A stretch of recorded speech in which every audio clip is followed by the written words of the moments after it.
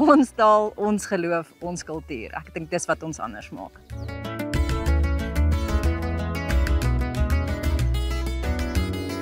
My naam is Marcel Badenhorst-Nieuwoud. Ek is ons departementshoof van landbou hier by BKO. Ons doen 'n nasionale N-diploma in boerderybestuur en mekanisasie. Bestaan uit 5 vakke en ons doen dan N4, N5 en 6. 18 maande prakties en dan doen ons aansoek vir ons diploma. Ons kursus is 'n D-Het kursus. Hy is QCTO geakkrediteerd en hy behels dan nou 5 vakke. So ons doen berekenaarpraktyk, boerderybestuur, finansiële bestuur, plant- en veeproduksie en dan boerderytegnologie en mekanisasie. So 'n tipiese week by ons studente, eerstejaartjies loop maar omtrent grootendeels klas. Ons gee maar eers vir hulle die teoretiese agtergrond, meer blootstelling en dan raak die praktiese meer soos ons tweede jaar toe gaan.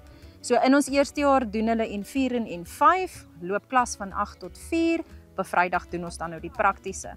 Tweedejaars doen dan 'n halfdag klas, halfdag prakties. Ons gee hulle blootstelling hier in ons omgewing, aangesien ons in so 'n wonderlike omgewing is waar jy regtig enige deel van landbou kan aandink en ons kan praktiese doen in 'n klip gooi van ons af. So dit wat ons hier doen ons dan nou in die gemeenskap rondom ons. Ons het 'n bestuursgefokusde kursus, so ons het 'n breë dekking van verskillende gewasse, verskillende diere, grond, mekanisasie.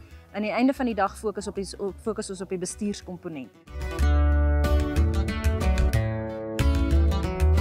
My oupa het 'n plaas gehad toe ek jonger was, maar hy het hom verkoop as gevolg van persoonlike redes, maar ek wil nog altyd weer teruggekom het in die rigting en ek sal baie graag eendag my eie plaas wil hê.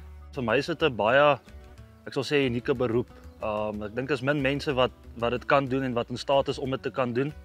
En ek weet jy, dis om te kan sê jy boer, dink ek daar's 'n groter voorreg in dit as om te kan sê jy werk in 'n kantoor of iets soos dit.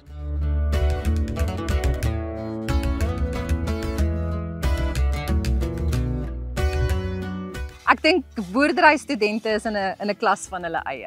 As jy kyk hier rondom my, die boerderyouetjies is altyd, hulle is netjies, skoene is dan ten minste skoon gemaak. Die hoedens wat jy sien, ons het 'n tradisie aan die einde van die tweede jaar, as jy dan nou jou eerste jaar oorleef het en al die warm skoffel in die son oorleef het, dan verdien jy jou leerhoed.